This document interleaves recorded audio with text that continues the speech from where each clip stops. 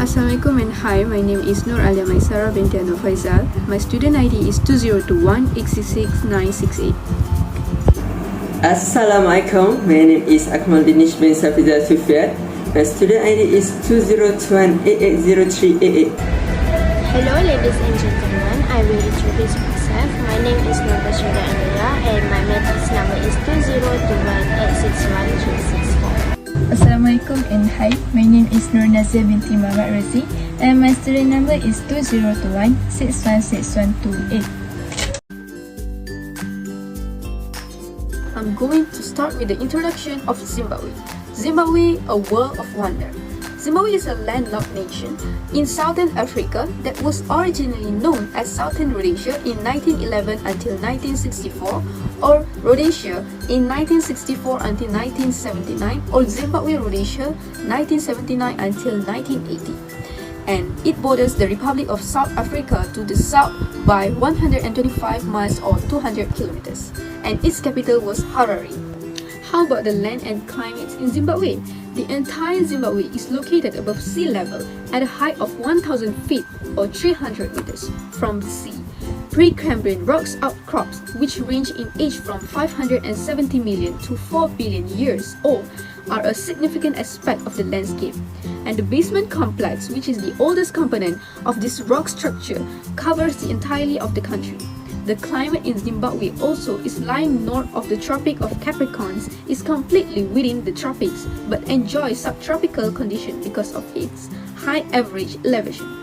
Towards the end of dry, hot months, which last from August to October, monsoon winds that have crossed the Indian Ocean and Mozambique results in intense of orographic rainfall. The neighboring country in Zimbabwe share borders with Mozambique to the east, Zambia to the north, Botswana and Namibia to the west, and South Africa to the south. How about the total population of Zimbabwe? The current population of Zimbabwe is 15,413,699 as of Friday, January 20 in 2023, based on World Meter elaboration of the latest United Nations data. Demographic of Zimbabwe. We start with the ethnic first. There is 98% of African, 82% of Shona, 40% of Debel, and other 2% mixed, and 1% was Asian. And there is language used was English as official language, and Shona and Sindebel. The currency of Zimbabwe. Zimbabwe's economic situation remains unpredictable, whilst the primary legal tender in Zimbabwe is the Zimbabwe dollar, ZWL. It is currently possible to tourists to transact using the US dollar at the official of exchange rate. Next, I'm going to move by the inflation in Zimbabwe. First of all, I'm going to elaborate the meaning of inflation by the economic base. Inflation is the rate of increases in prices over a given period of time. Inflation is typically a broad measure such as the overall increase in prices or the increase in the cost of living in a country. Alright, there is also many causes of inflation in Zimbabwe. The causes of Zimbabwe's hyperinflation was attributed to numerous economic shocks. The national government increased the money supplies in response to rising national debt. There were significant declines in economic output and exports, and political corruption was coupled with a fundamentally weak economy. People also couldn't afford basic goods. Zimbabwe had the worst of both world prices rising faster than wages and incomes.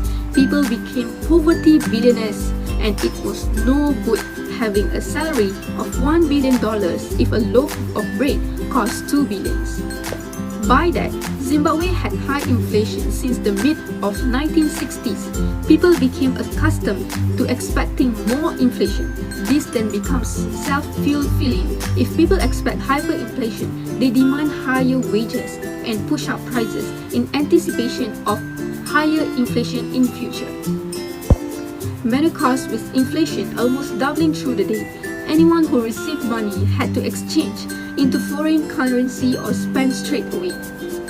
Besides, people also had to spend time adjusting prices, but more importantly, get rid of Zimbabwean currency as soon as you receive switch to a barter economy. With money becoming worthless, people found ways around the official economy, like paying for goods in kind, for example, using agriculture produce to get a haircut. The problem is the barter economy is only useful if you have goods to exchange.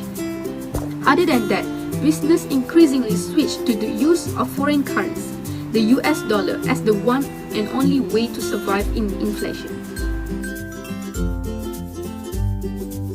I'm going to talk about solution to the inflation in Zimbabwe. There are a lot of solutions for this problem. Firstly, is adopt some foreign currency as official. It is dollar or euro, and South African rand is credited as US. The US dollar has the greatest credibility and is most common in Zimbabwe. Second is Zimbabwe could have joined the neighboring nations. These countries are Lesotho, Namibia, South Africa, and Eswatini to form a common currency area or ring zone, officially choosing to do so take advantage of the advantage to promote trade and stability. Third is printing Zimbabwean dollars at all. This forces people to use the foreign money or of their choosing and facilitate resolve the ongoing issue of low confidence in the Zimbabwean dollar. Since that time, Zimbabwe has primarily used US dollars among other international currencies. Next is Reserve Bank of Zimbabwe invests convertible coins in denominations of $0.01 through $0.50.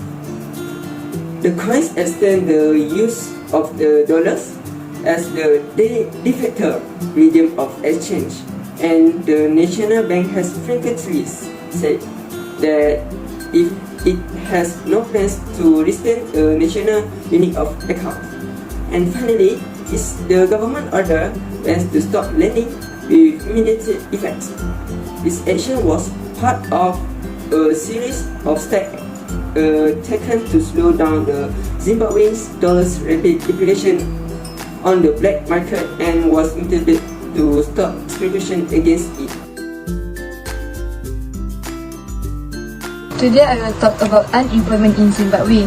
What is unemployment? The term unemployment refers to a situation where a person actively searches for employment but is unable to find work. Unemployment is considered to be a key measure of the health of the economy. So this graph is show unemployment rate in Zimbabwe. Zimbabwe unemployment rate for 2021 was 5.17%, a 0.18% decline from 2020.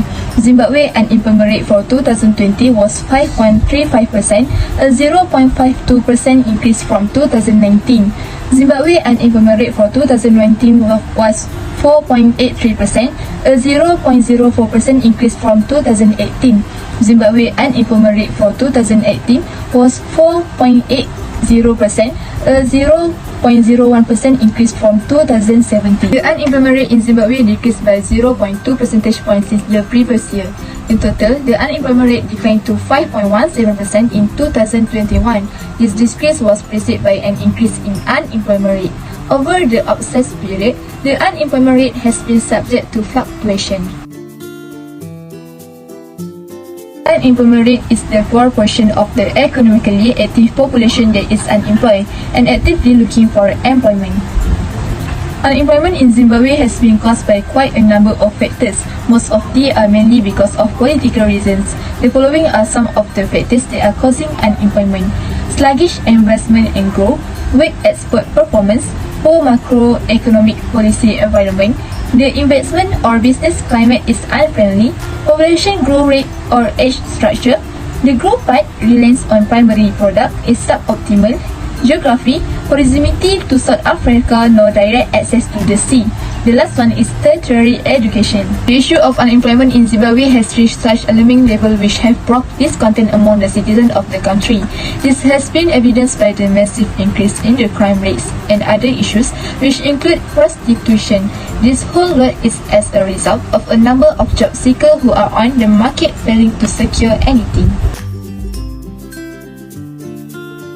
Now let's take a look into how to solve the unemployment. First of all, support structure that promote youth entrepreneurship.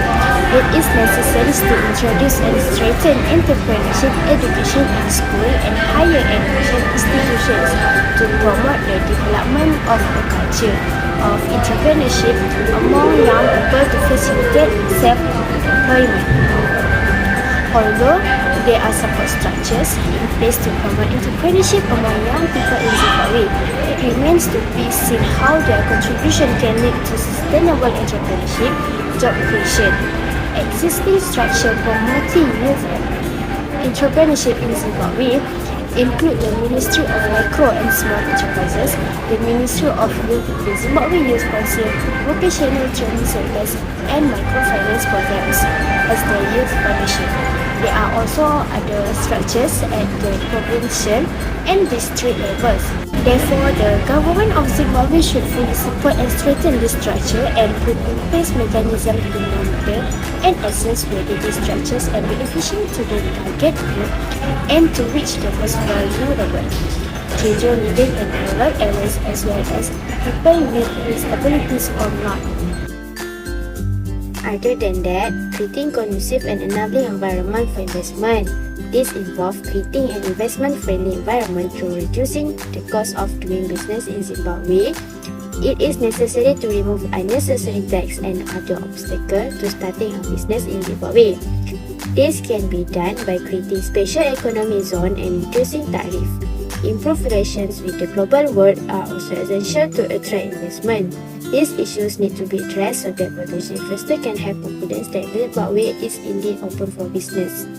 Third class, the centralization of government programs to rural areas. The Zimbabwean government has identified entrepreneurship as a major policy axis to achieve economic growth. This is evidenced by a number of institutions established by the government to finance and improve performance in the SME sector with foundation. Community Equity Ownership Trust and the localization at the Zimbabwe Youth Council reported on some recent developments in funding, training and mentoring programs targeted at people with disabilities. Young entrepreneurs and people who want to start their own business. This will greatly help in tapping into the potential of the young population. Since the majority of young Africans live in rural areas, it can be said that youth programs should also be concentrated in rural areas. Unemployment happens in Zimbabwe give effect to individual, society and economy. How it is effective according to Summons 2007, long-term unemployment reduced the number of people to employ. Educated youth become useless or redundant resource. When educated young people are out of work for long periods of time, their skills decline. They become rusty and lack training and development of careers in new methods. Summons also said further accused that nothing is better than experience. If educated youth do not work, they lose the opportunity to acquire skills to work experience, their network goes down. Furthermore, it also can affect the society. Unemployed educated youth end up becoming enemies of society by forming gangs. I read in 2007, this youth gang and their criminal enterprise become a kind of career path with some form of promotion ladder, salaries and identifiable status where participants can then begin to share their personal growth. These rewards tend to motivate and harden educated young people. The proliferation of these youth gangs continues to create problems not only for society in general but also for young people themselves. Lastly, Opus 1994 notes that when people are unemployed, unemployed, the state is the biggest loser in many ways. IB1994 notes that while individually educated families and young people lose income, the state also lose development opportunities by not contributing to the economy in goods and services could have been produced. The state also lost revenue from income tax again, and lost income for households have to be included in the social safety net, healthcare, tuition fees, free agriculture inputs. However, unemployment is not always viewed in a bad light. Omolo 2010 argues that unemployment gives people time to pursue educational and vocational opportunities that they would not be able to pursue if employed.